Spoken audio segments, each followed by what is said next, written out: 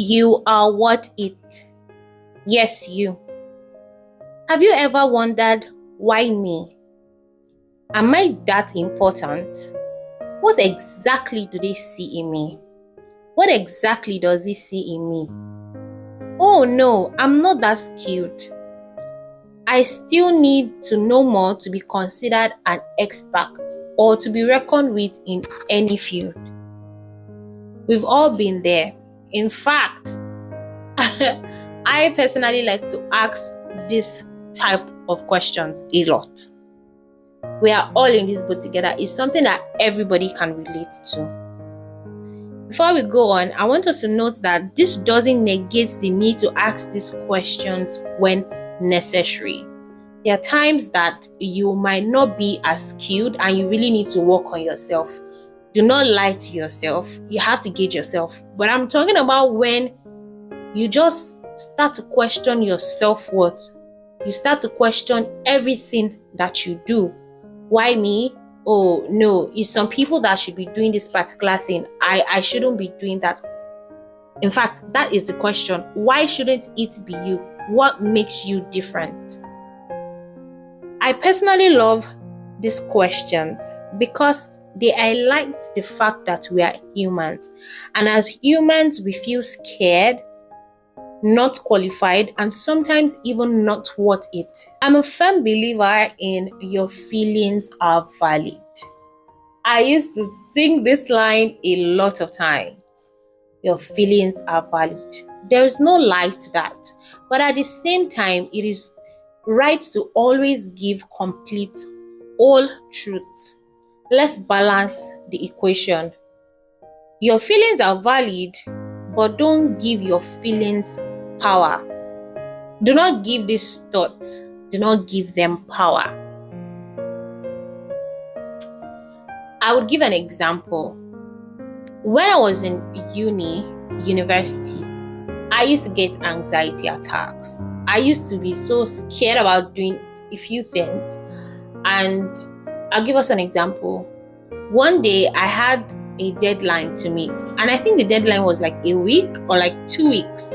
But at that point, I was feeling so overwhelmed. I had a lot of things to do, and I had not even started the project. And I became scared all of a sudden. I was just like, oh my God, my heart was beating so fast, and I had to like calm myself down. It was that bad. Nothing too severe, but at least it was called for attention. And then I started chanting, oh, I have anxiety attacks. Oh, I'm overwhelmed, and all of these things.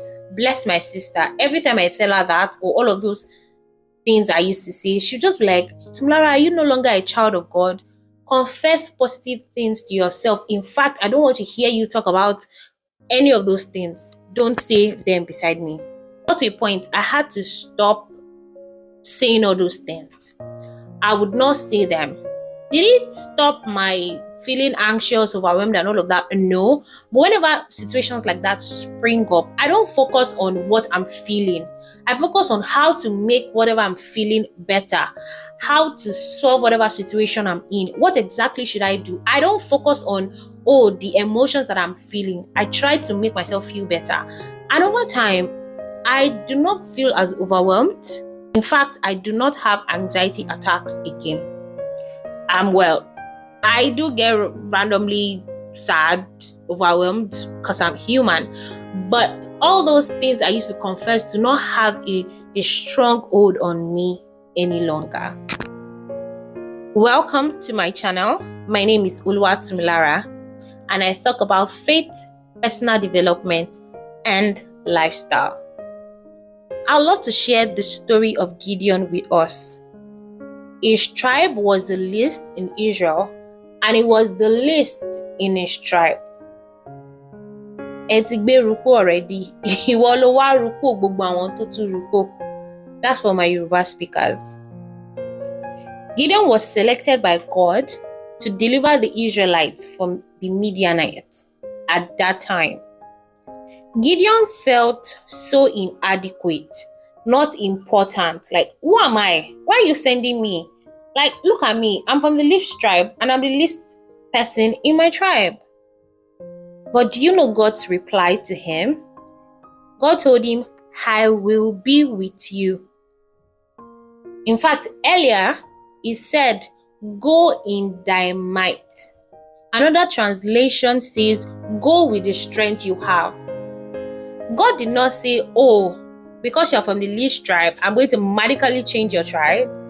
Oh, because you are the least important, I'm going to kill everybody ahead of you, and then you are like the first. You're going to be very important. God did not say all of that. God said, I will be with you. All this was just to emphasize the point that it wasn't about him. It was about God working through him. So you and I, we are just vessels in the hands of our God. There's this popular TV show that says, we are all pencils in the hands of our creator. Yorubas will say, Oromonishe Fayati. That means the one who sends and backs up. God is not just going to send you, he's going to back you up. So you are not going there alone. You are not doing whatever he has called you to do alone. So God has created us, and he has not just let us be by ourselves. He has equipped us, and he is with us. So we are not alone. In Victoria Orenze's voice, I know they walk alone. Gideon's story highlights the fact that God doesn't coddle our insecurities. If you remember the story of Moses, he was a stammerer. God did not perfect his speech. God sent him like that.